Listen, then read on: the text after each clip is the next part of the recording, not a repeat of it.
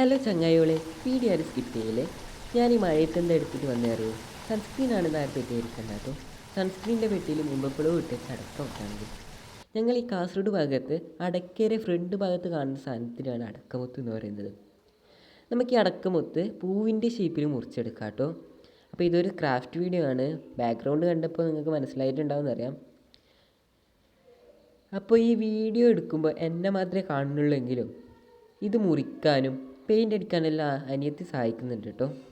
ആ ലൈറ്റൊക്കെ പിടിച്ചിരുന്ന അനിയത്തി തന്നെയാണ് കേട്ടോ. അപ്പോൾ ഈ വീഡിയോ ആദ്യമായിട്ട് കാണുന്നുണ്ടെങ്കിൽ എല്ലാവരും ഒന്ന് സബ്സ്ക്രൈബ് ചെയ്ത് സപ്പോർട്ട് ചെയ്യണം കേട്ടോ. പിന്നെ ലൈക്കും ചെയ്യാൻ മറക്കണ്ട. അപ്പോൾ നമ്മൾ ഓൾമോസ്റ്റ് എല്ലാം കട്ട് ചെയ്തെടുത്തിട്ടുണ്ട്. നമുക്കിനി ബാക്ക്ഗ്രൗണ്ടായിട്ട് വൈറ്റ് അടിച്ചു കൊടുക്കാം.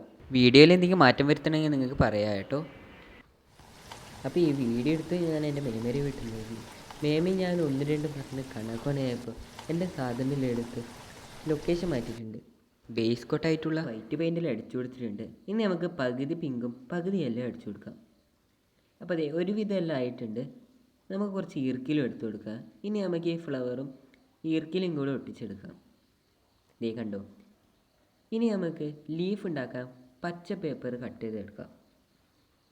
നിർത്താത്ത കാറ്റും മഴയും കാരണം KCBക്കാർ പണി വന്നുകൊണ്ട് ബാക്കി ഞാൻ പുറത്തുനിന്നാണ് ചെയ്യുന്നത്. അപ്പോൾ വീഡിയോ തുടങ്ങിയിട്ട് ഇതുവരെ ഞാൻ എന്താ ഉണ്ടാക്കുന്നത് പറഞ്ഞിട്ടില്ല.